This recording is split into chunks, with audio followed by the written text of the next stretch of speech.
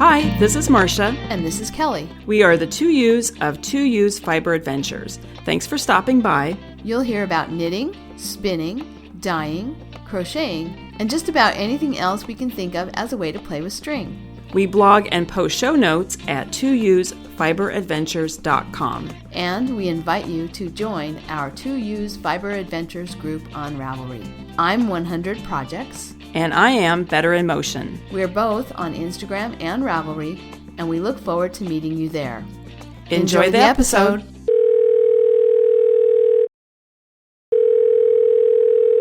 Okay. Good morning, Kelly. Good morning, Marsha.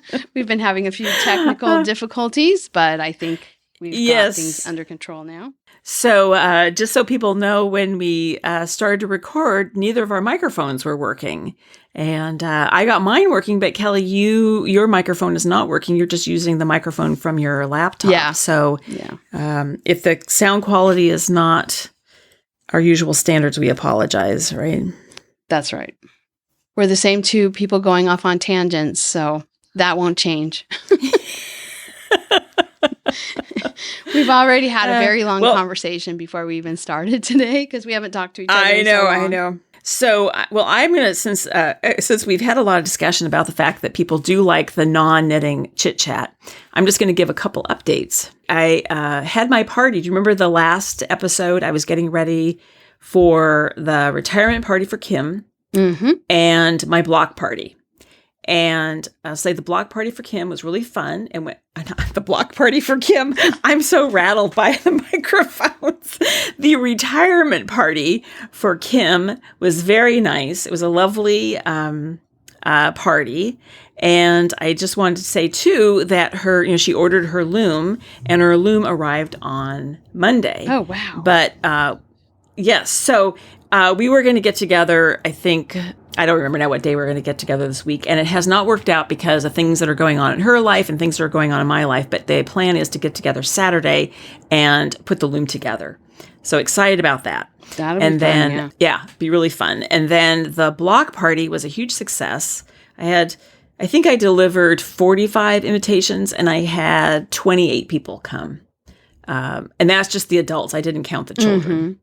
That's a nice sized crowd. It was really fun. The only thing I will do differently is because there were some small children coming, I thought, it'd be kind of fun if there was a little activity for them. So I just, off of Amazon, I ordered a box of sidewalk chalk, that big pieces of chalk for them to play with. And I should know better than this because I had a child. Well, I still have a son. He's not a child anymore. But I said, you can draw anywhere on the concrete that you want. That's fine. Not thinking about the fact that the inside of the garage is concrete. Oh. So like the driveway, it's easy just to wash that off, but it's difficult on the inside of the garage to wash it down. Mm-hmm. So I have lots of chalk inside the garage now. You can go out and play hopscotch. I did not. Yes. And then I also did not think about this, that there was just three brothers that were playing with the chalk, and it became just a fun game just to take the chalk out of the box and just smash it on the ground. So they drew for a while, but then they got bored with that, and it was just super fun just to smash all the chalk. So it was a box of like 24 pieces of chalk that were just basically in about an hour it was destroyed. And I just sweep it all up and put it in the garbage can. It's like, I didn't even think about the fact that with little boys, everything can become a projectile thing that you smash and break, Oh my gosh. I'm sorry. I just snorted, but I was just laughing. I was like, okay, it's been a while since I had a little kid, and a while since I've had a small boy, and boys like to, I don't know what it is about boys, but they like to smash things and see them break and kind of funny. Anyway, so I have a little bit of work to clean that up. And then about the garage, I just did an update because everybody knows I've been working on this. I still don't have it back together again. I had to have some electrical work done, some outlets installed, and it took a while to get the electrician to come because, you have to everybody's so busy. And so he took a day out from another job that he's working on to come to my house. And the plan was to get everything done in the 8 hours that he was here. However, he discovered when he was adding some of the outlets that I think it's Romex that has the 3 wires in it, the positive and the negative, I believe. And then there's the ground wire. He discovered that the old wiring, the ground wire had power running to it, which it's not supposed to. And he actually got shocked. So he spent most of the time trying to figure out why that was happening and how to correct it. So the end of the story is he did not finish the job because he didn't have time. But I'm very appreciative that he corrected that problem, because it would be very dangerous. And what he was sort of worried about too is that I have that fountain in the back garden, that the pump and the lights in there, are in water. And he said he said, yeah, the dog sometimes goes and drinks out of there, and little kids play in there. And I had no idea. And he said it could have been, they could have been electrocuted in that water, right? So I'm really grateful that was fixed. I mean, but he has to come back. So it's another 3 weeks that I have to wait for him to come back before I can start getting the garage back together. So sometimes, Kelly, you'll appreciate this because you've done a lot of stuff around your house. Sometimes there's that feeling of you take 1 step forward and then 3 steps back. Yeah. And then I also, I think people who own homes will appreciate this too. I have a service panel that was put in the 70s, and it's very confusing. There's all the different handwriting, how things are labeled, and some of the labels that were stuck on there have fallen off. And so I said, one of the things I wanted him to do is just to help me relabel everything so I know what everything is. Yeah, which circuit and some things I don't. Right. And there was a circuit for the freezer, but I don't even have a freezer on that. I moved the freezer. I have a smaller freezer, but I moved it to completely the other side of the basement and plugged it into an outlet. So anyway, he came that was part of the thing he was going to do. And of course, you're ahead of me. Bottom line, I need a new service panel. Yes. Because even though they're circuit breakers, they're 50 years old and they're not really moving easily the way they should move if they were tripped. So yes. So that's what I have to do now. See, 1 step forward, 3 steps back. It always ends up finding something else that needs to be done when you have an old house. Yeah. And it was, and it's sort of like too, it kind of reminded me that I always would laugh when I would take my car to have an oil change. Just going in there to have an oil change. But then they would find all this other stuff. So I would never get out of there for less than $500 because they always would find or $2,000 because they would find something. Don't look. Anyway. Just give me oil. Yeah, don't look. Don't look. Anyway, so that's my that's my non-knitting chit chat, just an update. So I think everybody who has work done around their house can understand that you take a step forward and 3 steps back, right? That's just home ownership. Anyway. Yeah. But how about you? I know you had a fun weekend away. Yeah, we went to a dog show down in Santa Maria, and we stayed at Pismo, the same RV park where we have the trailer rally. That was really convenient because it was only about 20 minutes from there to Santa Maria. But the purpose of this was for the dogs to be shown. So I had Barry entered in rally. He had finished his rally novice title, so we were able to enter into rally intermediate. So I entered him moved him up into the rally intermediate class. And then Bailey was in obedience. She's working on her CD title, companion dog title. And so she had her classes. And the first day I was super nervous because, of course, she's not as ready as I would like her to be. But, you take the shows when they come. And this was a fairly close show. And it was a month later than all of our local shows. I knew I wasn't going to have her ready for all of the local shows that we have in the area. So I found one that was a month later. It gave me another month to train. But she did well. She qualified the first day. a qualifying score, they call it a leg, and you need 3 legs or 3 qualifying scores to get your title. So we had a show each day, Saturday and Sunday, and she qualified on both days. So she has 2/3 of a title. She's a 2-legged dog. Mm-hmm. And Barry also qualified. I wasn't as worried about him because the intermediate rally level is only a slight step up from the novice rally level.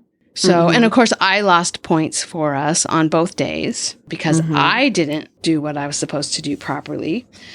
But we still qualified, and everybody got legs, and we got tons of ribbons, lots of fancy ribbons, because it was a German Shepherd club that was putting on the show, and there weren't very many German Shepherds. We were 2 of maybe 5 German Shepherds entered at the show, and so in Barry's class, he was the only Shepherd, and he's technically a mixed breed, but they wanted to give away their Shepherd ribbons. So even though he didn't get first in the class, he got a first place German Shepherd because he was the German Shepherd that was in first place. Of all the German Shepherds, he got first. Well, he was the only German Shepherd in his class. So we got a blue ribbon for that, and then you get a green ribbon for qualifying, and then there were 2 dogs in his class, and so he was in second place score-wise, so he got a red ribbon. So we came home with a boatload of ribbons. And Bailey got high-scoring German Shepherd in the obedience part of the trial. So we got these gigantic, they're like 3 feet tall, big rosette ribbons. The green ribbon's the important one because that's the one that tells you got your leg, right? Everything else is just gravy. But they're handing out ribbon after ribbon after ribbon to us because we were German Shepherds. So that was pretty funny, but we had a good time. It was a nice show, very small, and the weather was great. The first day when we went down, it was the hottest of the days when we got there, and then the day, Saturday and Sunday were cooler, but 80s at the campsite. It was more like in the 70s, high 70s. There was a little bit of time where it was hotter than that, but of course you got the breeze, coming right off the ocean. So anyway, we got a nice little outing in the trailer, which we haven't done since May. We didn't get any summer trips, so that was fun. And the dogs got qualifying scores, so we're all happy. And now more training because we've got shows coming up at the beginning of October, where we'll hopefully get Barry's 3rd leg and Bailey's 3rd leg, and they'll both have titles. So very nice. Yeah. So you get a title at 3 legs? Yes. And then what title do you get then at 4 legs, or is there? No, after 3 legs? You go up to your next. I mean, you can do a 4th trial, but it doesn't give you anything. It's like insurance. Yeah, there's no point. Because you have to register for them, not knowing if you're gonna. If you will have qualified. So she'll be entered in the same thing at the same level for 3 days in October. So she could potentially end up with 5 legs if she qualifies every day. But that's kind of like insurance. We have 3 more tries to get 1 more leg.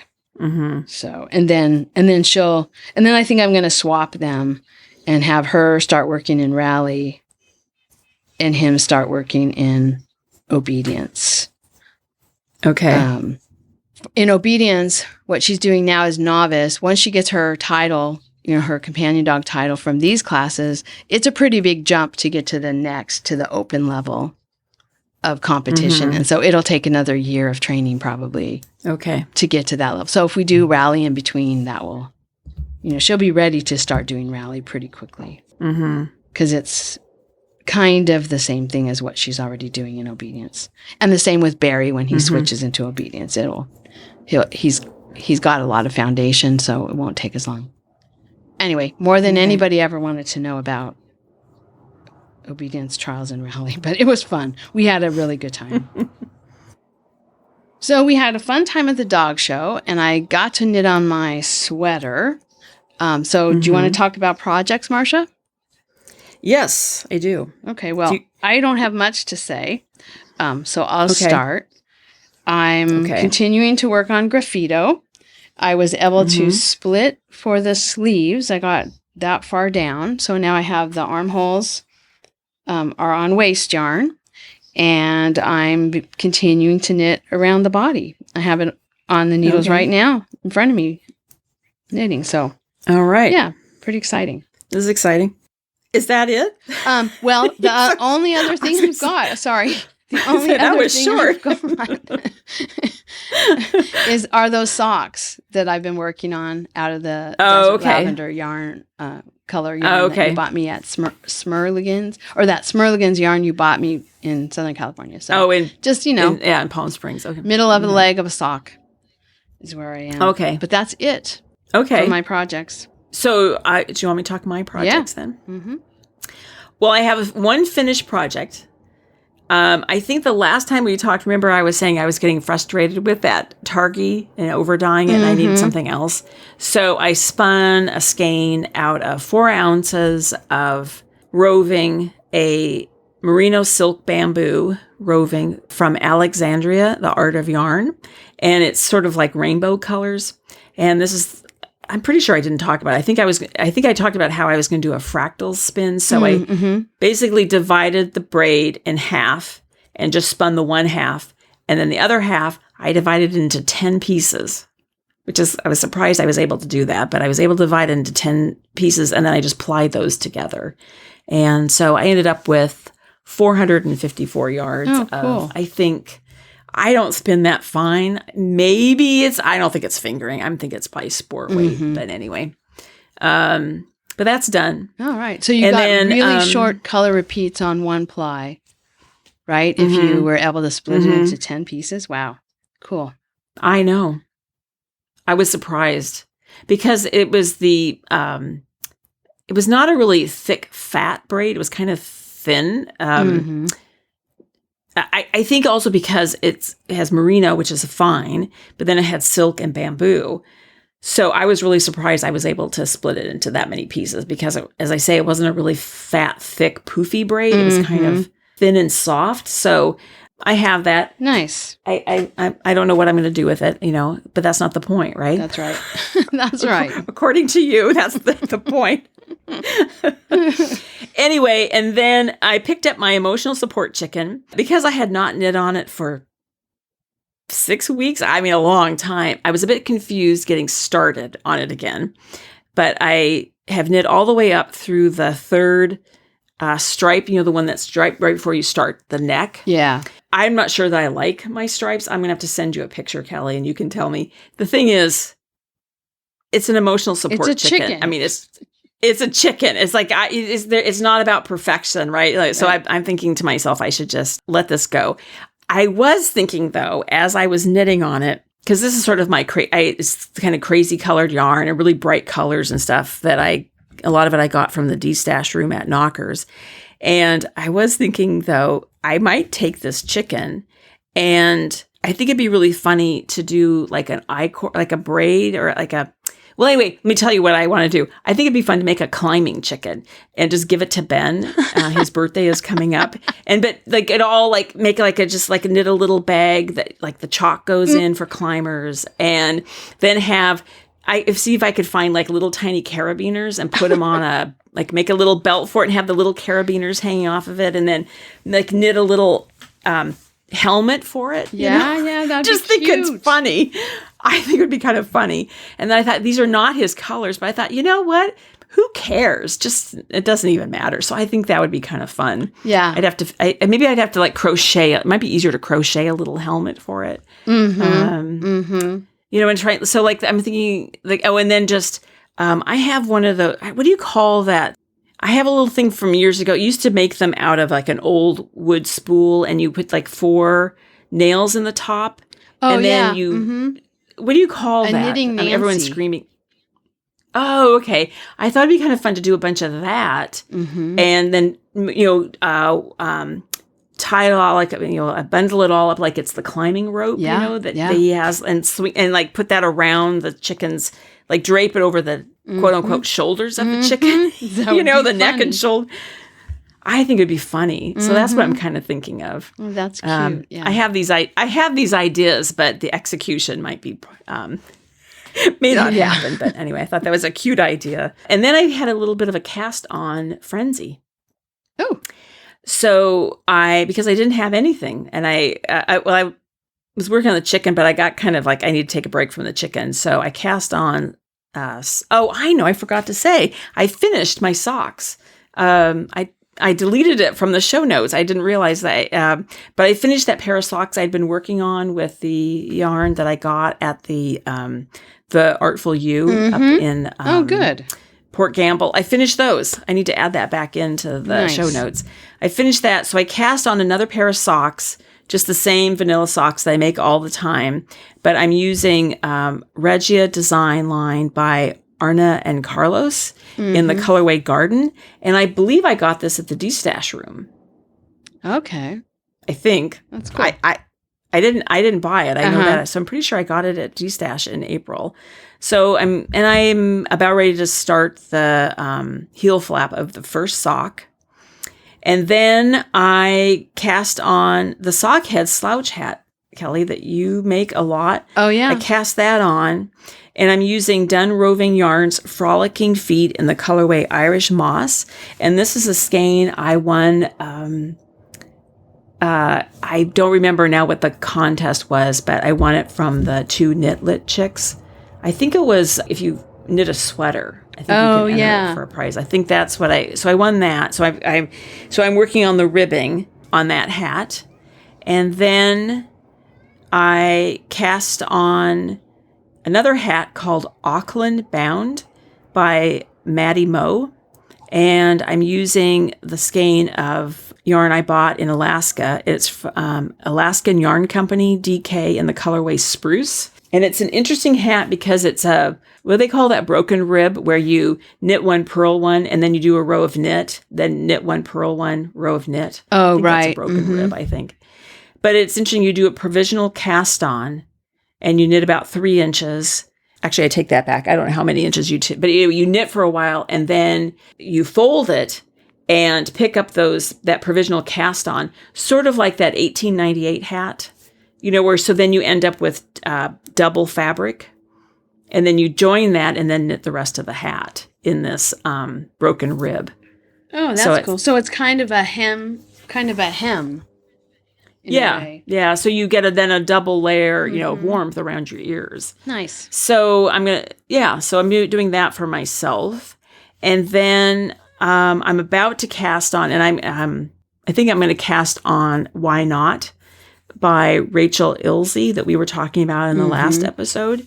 I really like that sweater, and I've done the swatch. I've not actually cast the sweater on yet, but I did my swatch, and I'm going to use Weird Sisters Wool Emporium Carroll in the colorway Westport Treasures, which is kind of like a white with splotches of green and blue speckles, little tiny speckles all over it, which is kind of what that pattern is designed for. Mm-hmm. Yeah. So but I have to tell you, I really wanted to cast on Graphito. And Kim is cast on. Oh, I think she's about to cast on. Yeah, so she had yarn in her sass, so she's going to do cast on Graphito because she saw the pattern and loved it. And I said, "You're trying to get people to cast on." Yeah. So she's going to cast that on. I have a skein of, and I think I talked about this. I can't remember. Malabrigo, Machida. It's a single ply. All over speckles, all over. So it's not like large color repeats, just speckled all over. And I thought that would be really fun for the color work. And I don't have anything to go with it, or enough of anything to go with it. So I went over to Fiber Gallery in Greenwood because I have some gift cards to spend there. And I came away with nothing. The first person I think this is a sign of a good shop, honestly, because the first person I talked to, I said, I picked out all these different yarns. I was trying to figure out which one I liked, and nothing really spoke to me, but I asked for another opinion. She said, I think she really thought this one was really great with it. And so I thought, okay, I think I'm going to buy that. But I thought, before I do, I'm just going to take a break and walk around and look at stuff in the store. And this other woman said, do you need help? And I said, well, you can come look at this. And she said, I don't think any of them really work. And she said also her concern is that multicolored yarn is going to get lost with the because what you're using, Kelly, has some, how long are the color repeats in the yarn that you're using, would you say? A couple inches? The maybe 10 inches? Yeah, and this one, these are like, I don't know, an eighth of an inch, a 16th of an inch. They're just like little dots. And her opinion is that it would just get lost in the color work. And also I was looking, it didn't look very good with I couldn't decide if I wanted sort of like a tonal for the body, for the main color, or if a solid looked better. And she didn't think anything worked. So I left with no yarn. And I kind of thought, like they didn't make a sale, but that's also, it's probably a good thing if it's not really speaking to you. Yeah. I didn't look at it and go, oh God, I love that. It was just like, oh, it's okay. So I think that's a good salesperson to say, you should not buy this yarn. Yeah. You should just go back and rethink the project. So I'm going to rethink the project. And my plan now is, because I do want to cast that on because you've been raving about it, and I think it'd be really fun if we're all knitting this sweater. I'm going October 2nd with Kim and some of her friends. We're going to Hazel Knits because they now have a storefront. Oh, fun. So I'm going to go down there and I'm going to see if I can find something there. Yeah. That's my plan. Okay. Well, that sounds good. I'm excited to see Kim's. I didn't realize she had actually cast on. Yeah. And then but the other thing, and I did call and leave you this message, Kelly, but when I was at the store and the woman who talked me out of buying the yarn, she said, well, let's look at the pattern online, and then we were looking at other projects. She said, now this person has used a multicolored yarn and this is beautiful. This looks beautiful. And I said, oh, that's my friend. It was your project. Oh, that's nice to hear, though. Yeah. I know. Yeah. That's cool. So, yeah, I thought that was very sweet. It was funny. Well, I am loving this pattern. It's really fun. And I'm now at the part where it's more the main color. But I'm just putting in another little set of, she calls them double tuck stitch pattern. And so I'm just doing another round of this double tuck stitch pattern. And then I think that's it. And the rest of the body will be the main color. But there's a couple of different options in the pattern. If you want it longer, you do this. You can add in this double tuck stitch pattern again somewhere else if you want a little more length. There's I haven't read it all the way through the pattern like you're supposed to.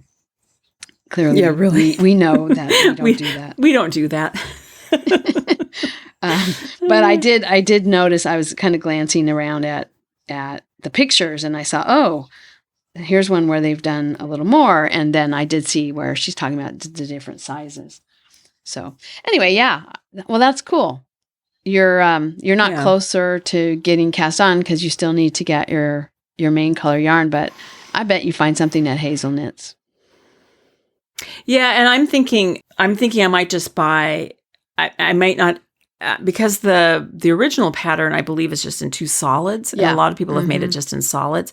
I'm kind of thinking I think it might be. I'm going to bring this skein with me that I'm thinking of using, but I'm kind of now thinking maybe what I need to do is I can't believe I'm saying this because I would really like to use yarn from my stash, but maybe I just don't have anything in my stash to use, and maybe I just need to go buy yarn. I mean, for and so trying to make something work that you kind of like, I should just find something that I just really love together. Yeah, that you really like. Yeah, I think the yarn, the variegation that you're talking about in yours, because it really is a speckly, and it's quite heavily speckled. Like it's more speckles than the solid color in the background. I think you would really want some contrast. Yeah. If you were going to, if you're going to pick a main color, you'd want that main color to have a fairly decent amount of contrast. And I think that's the case with mine too, is, there's blue in my variegated, but it's a light blue and the background color is dark blue. So I've got brighter, paler colors. there's, quite a bit of contrast, I think, between my variegated yarn and my solid main color yarn. Mm-hmm. And I think that's kind of what it needs. Yeah. And this one, I'm looking at it right now, and it has like black, little specks of black, bright blue, kind of a gold every so often, very faint, almost insignificant gold in there. And then the natural color of the yarn is kind of the white. Yeah. But it's very, very speckly. And so when I went there, I thought, maybe what I need to do is find something that picks up one of the blue, but they didn't have anything that I really liked. And then I thought, well, maybe I need to do something just completely the opposite, like put in a rust color, or a gold. I mean, something just, or burgundy, something. And I think that didn't look right either. It needs to be something light because of the heaviness of the speckling. If I'm remembering the yarn correctly. Because there's so much speckling, it actually reads, at least in the skein, the picture that I saw, it reads as a fairly dark yarn. That's true. It does. And so I think for contrast, you would want something light. Mm-hmm. But yeah. So anyway, something to think about. Yeah. But I'm keeping myself busy with these other projects. So yeah, you've got quite the list going on here. Good thing, because I only had 2. I know it was a cast on frenzy. Yeah. Yes. Yes. Anyway. Okay. So that's it for projects. So we have to hear about the wool auction though, Kelly. What's that?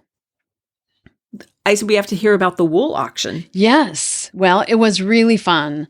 Emily and Sonia, who I work with, they teach computer science at Hartnell, have gotten spinning wheels and blending boards and all kinds of tools, spindles. In fact, Emily brought me a spindle on Tuesday at our Senate meeting. She stopped by to bring me a nice little gift of a spindle from a company called Willow. It's like the Russian style, I think, supported spindle. It's, we were laughing, calling it my magic wand, because it really is kind of just in the shape of a wand. It doesn't have a whorl. It's like turned on a lathe, and it gets wider as it goes down to the base of it. But it's really just,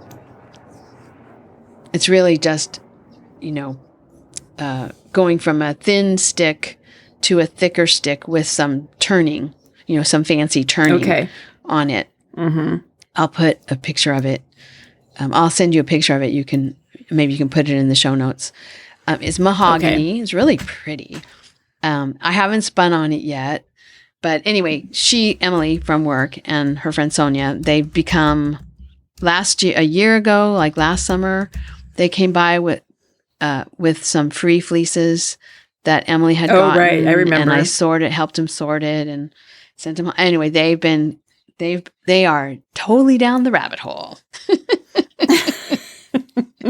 So they were there, which was fun. And then also one of our listeners, Micheline, messaged me and said she was wanting to go, and could I give her the information, because our fair makes it so hard to find the information. So I sent her the information about, when it was, where it was, and which gate to use, all of that. Because if you just arrived to go to the wool auction, the fair's not even open. Like if you went to the main gate of the fair, it's not even open, and there's no one there to tell you where. I mean, I think it would be really hard if you didn't already know how it worked, So anyway, right. I let her know. So she was there. I got to meet her in person, which was really fun. She's from the Bay Area. And then Aline was there. You remember Aline from the NoCKRs retreat. She's the one who brought me all the little balls of sock yarn. She was there. I got to see her. So between, let's see, what is that, 5 of us? Between the 5 of us, we did a pretty good number on the fleeces. Yeah. I was spared from having to buy so many because there were other people buying, which was very cool. We did have a few go no sale, especially some of the more expensive ones. I think, over the years that I've been at the auction, I've kind of seen it go up and down, what people are willing to pay for fleeces. And I think, people are kind of feeling like, okay, things are expensive. And so I don't have a lot of discretionary money to spend on fleece. I don't have as much discretionary money to spend on fleece. And so they were a little more cautious about, bidding on a fleece that had a high starting auction price. On the other hand, I don't have my notes with me, auction notes, I don't think. I should have brought them. On the other hand, one of the fleeces was in a bidding war. Well, there were two bidding wars. One of the bidding wars went up to $30 a pound. And the other one, I think they got up to like $57 a pound. It was unbelievable. And I was like, this is not some fantastically special prize winning. In fact, some of the the reserve grand champion, I think one or two of the reserve grand champions went no sale with no bids. So it wasn't like it was one of those. I don't know what the deal was. I don't know why it got bid up. I'm not sure. I didn't know the two women who were bidding on it. So I'm not sure what was their motivation for getting this fleece so high up. I do know it was a smaller fleece. I was going to interject and say maybe it was Pinot Noir was the... Because that's what made me buy things that I didn't need. Maybe it was a Pinot Noir day drinking purchase. Yeah, really. Who knows? But it was a good wool auction. It wasn't as big as some of the ones that we've had in the past, but I do think it's kind of going back. We're getting back into the size of the auction from pre-pandemic, right? Where everybody's always, we're always comparing things to pre-pandemic and wondering when we're going to be back at pre-pandemic levels. And I think we're getting there with the fleece auction. So yeah, it was fun. And so my fleece that I ended up buying is a CVM. Actually, it's Rommeldale. Because it's the white version of this. They're the same sheep, but the CVMs are the ones that are colored, and then the Rommeldale are the ones that are just the plain white fleeces. So I bought one of those. It was from a producer that I like. I've got her fleeces before, Freddie and Johansson, 5.5 pounds, so not huge. I didn't buy a 12-pound fleece, so that's good. And I got a good price, $15 a pound. It was, that was the starting bid, and I bid and I got the fleece. So a lot of the fleeces went for the starting bid. I mean, there was just one person who wanted it, and that person got it. So that was pretty good.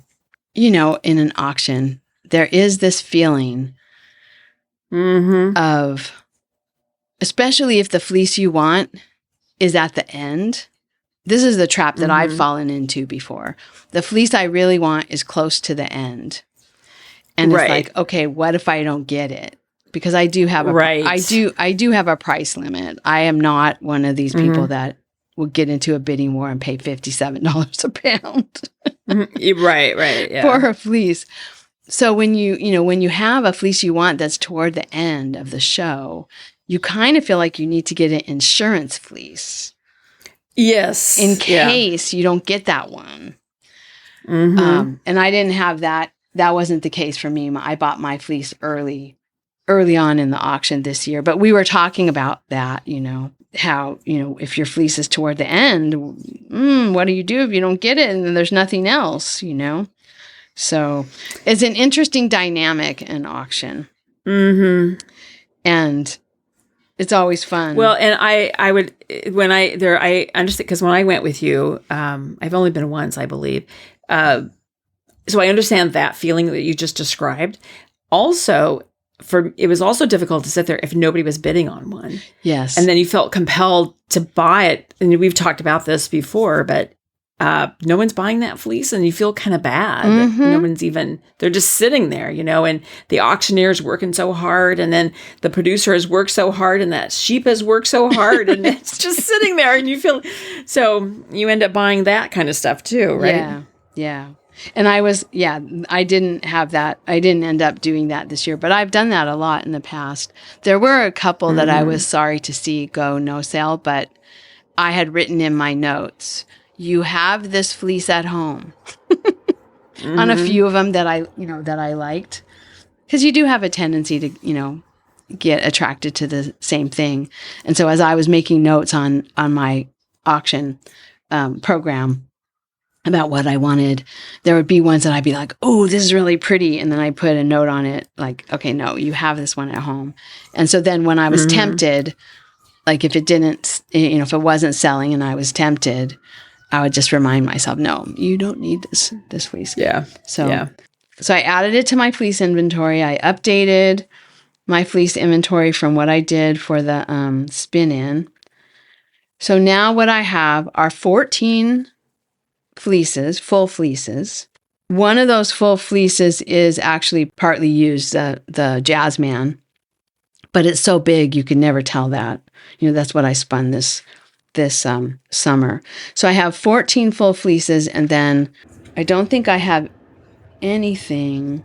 Oh, and I gave away some fleece too. I brought some fleece to give away when I went to the auction. That brown Targhee lamb fleece. I had some left over, and I just thought, you know what? I'm going to bring this for Sonia and Emily to share.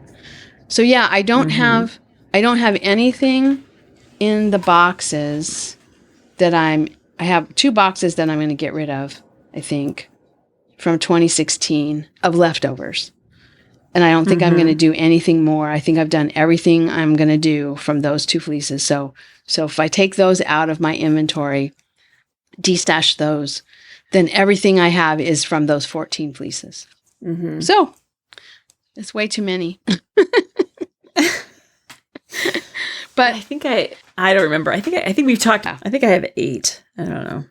Yeah, it's more than I need for sure. But it's all right. I have choices. And I have a lot. Yeah. I'm going to try to do a lot of spinning this winter.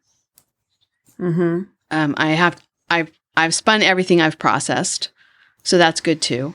So now I have to get out and get some processing done, and I might send a fleece or 2 away to be processed. I think.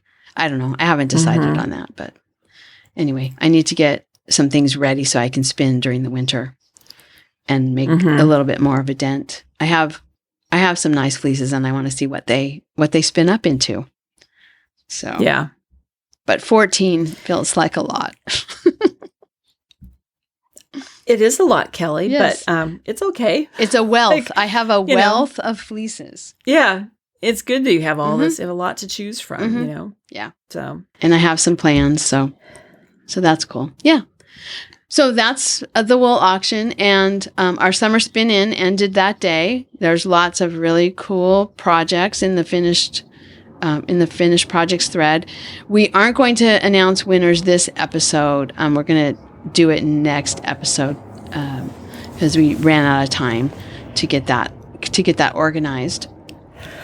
Yeah. But we'll be drawing winners next time we meet. Yes, and we're going to have to talk about that, Kelly, about when we're going to record next, because this leads into our Walla Walla trip. We have to figure out how we're going to do this. Anyway, we may record together in Walla Walla. I don't know. It sort of depends. We'll see. But I just want to let people know we are going to try and, let me back up. We were talking about going to Pearl 2 Walla Walla, that they are going to have a pop-up shop. And I signed up for the newsletter. I've not received any information about it, but I just did a little bit of a searching this morning. And on their Facebook page, they say they're going to have a pop-up shop in conjunction with Old Homestead Alpacas. And it's going to be September 28th from noon to 6 and September 29th from noon to 4 in the Makers Market, which will be held at the showroom on Colville. And I have the address in the show notes. So I think we're going to try and go. And we were busy Saturday with our reunion stuff. So we think we're planning right now that we will be there about when they open at noon on Sunday, the 29th. Yeah. Check it out. That sounds fun. Yeah, so we'll have to figure out when we're going to next record because I'm actually at the beach next week for a few days, and then we're headed to Walla Walla, and you'll be on the road for a couple of days. Right. 2 days probably yeah, to our get to next Walla Walla. recording time would be while we're on the road. So yeah, maybe we can just do an episode while we're there. Yeah, we'll see. Okay. What else do we have to talk about? I think that might be it. I think that's it. I think it's a little bit of a short episode for us. Okay, well, so it'll be 2-3 weeks or something probably that we record again. So yeah. All right, we'll say goodbye then. Okay, bye-bye. Bye-bye. Thank you so much for listening. To subscribe to the podcast, visit 2usfiberadventures.com. Join us on our adventures on Ravelry and Instagram. I am Better in Motion, and Kelly is 100 Projects. Until next time, we're the 2Us doing our part for World Fleece.